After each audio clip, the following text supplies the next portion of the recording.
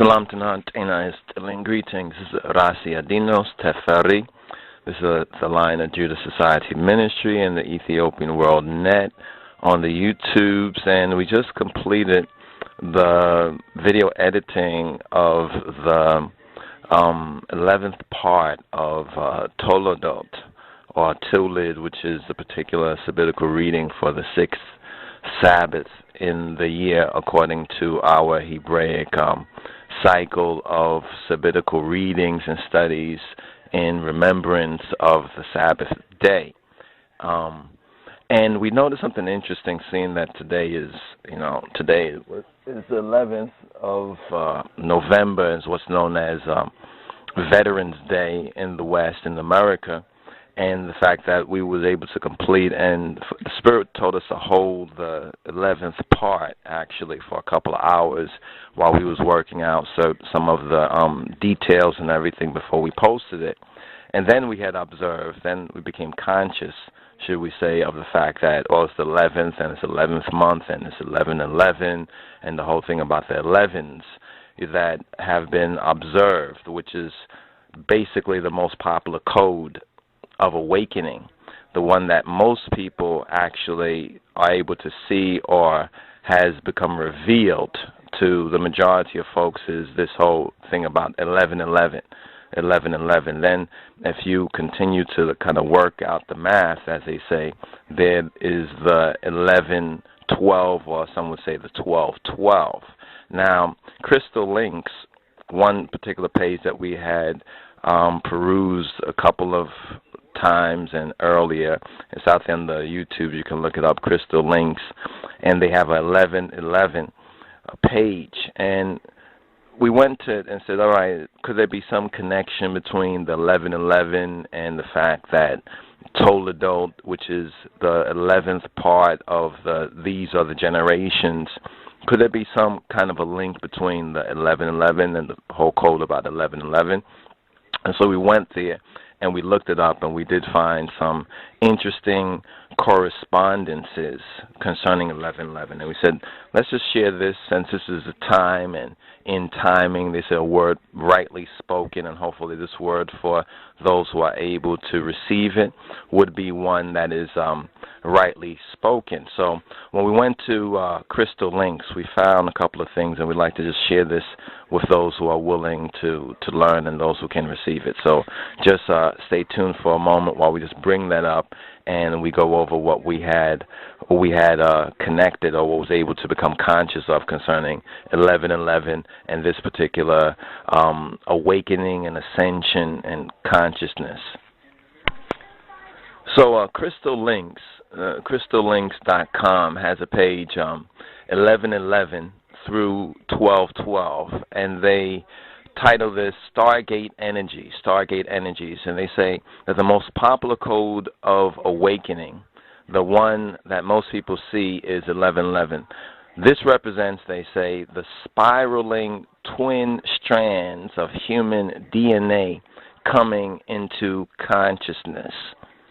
Now, when we just pause it right there based on what we have learned and have been reminded of in our studies and in the reading, this particular sabbatical reading concerning the twins, because basically this particular study and the 11 parts of the Toledot studies concerns the twins, or Yaakov and Esau, or some would say Esau and Yaakov, or the Jacob and Esau code, and then how that is connected in the Kamite mythos or mythology, the ancient mythos, which is the background, or as the context, the proper context to the Bible and the proper context to the first 5 books of our Coptic Hebraic brother Muse, or the one most known as Moses of the Bible fame.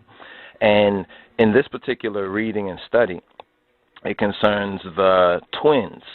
And these twins, Jacob and Esau, which is related to the Egyptian wisdom concerning Horus and Sut, or Sut and Horus. And some who have studied Egyptology will note and be reminded of the fact that in the earlier mythos, or the more ancient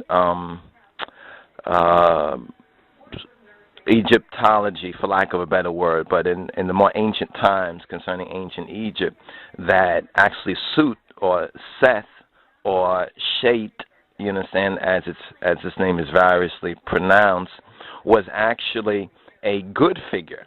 In other words, Sut, Seth, there's a good part, in other words, where he was a good figure, but then became later in the latter eschatology and soteriology of it, what we call the latter Christology of ancient Egypt, Sut became actually a bad character. And it's interesting when you start to try to figure out, well, how did this happen? For what reason did Sut, you understand, was earlier a good character, and then later on in what they call the mythology, Sut becomes a bad character. It's similar to when you look at Esau or Esau.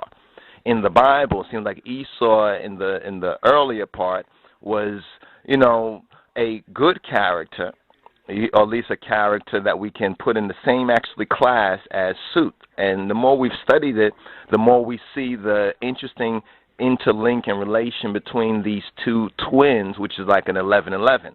And as you go further in the Torah studies of the Hebrew and the Ethiopic Genesis, the thing that you will find is that there was this, after this initial breakup between the two brothers concerning the whole birthright and the blessing matters, concerning the two B's, birthright and blessing, which is in a sense another kind of a twinning of the birthright and the blessing that occurs later on, you will find that they actually unite again. And then also in ancient Egypt, there is this union between one time where Sut and Horus and Sut is kind of like, or the opposites, the twins are actually working together. And we know that ancient Egypt itself, or Kemet, or really Kemet, or Egypt, was also twin. There was the upper and the lower Egypt, and not just referring to the physical upper and lower Egypt, but there was the so-called mundane Egypt of this world, and then there was the other Egypt, or the lower Egypt, called the Amenta,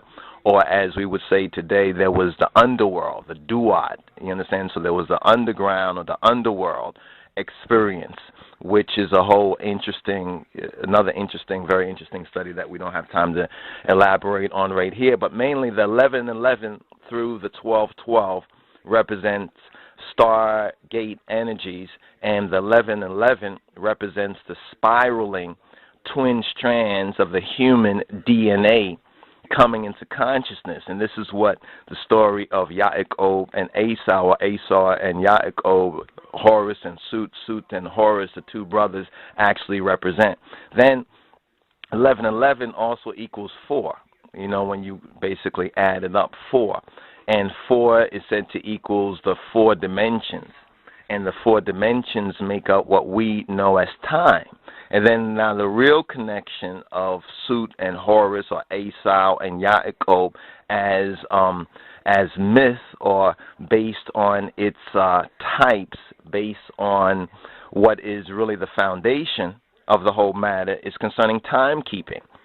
And some of you might already be aware of, and if others haven't, this is a very important study to do. And some of Gerald Macy's works actually goes into some of the detail, that the reason why Sut becomes the latter Hebrew Shet, or like Satan, the Sut becomes a Satan of the later, both in Egypt, becomes in the later development of their spirituality, Sut becomes a negative character, or at least he becomes the devil in the Hebrew. So he becomes our devil in that sense. And Esau also becomes the part of the twin combination of the devil too. So we have Esau, and then we have Edom becoming the devil. But he became the devil, if you go back to the so-called Sut-Satan connection, he becomes the devil because of inaccuracy in timekeeping, in reckoning time. This is all about time, and this is going back to Genesis, the very first chapter of Genesis, where it says the sun, the moon, and the stars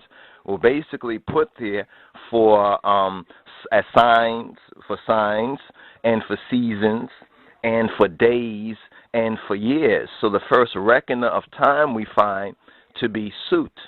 You understand? Sut becomes the first reckoner of time, but his timekeeping being based on the star, at first the star reckoning, then secondarily the lunar reckoning, and then thirdly the solar. When we get into the solar, then we get into the more accuracy of it when we get into the solar child. So we have the twins also can represent the lunar on one hand and the solar, and the lunar being before the solar, and the lunar also being linked to the mother, and then the solar being linked to the establishment of the fatherhood.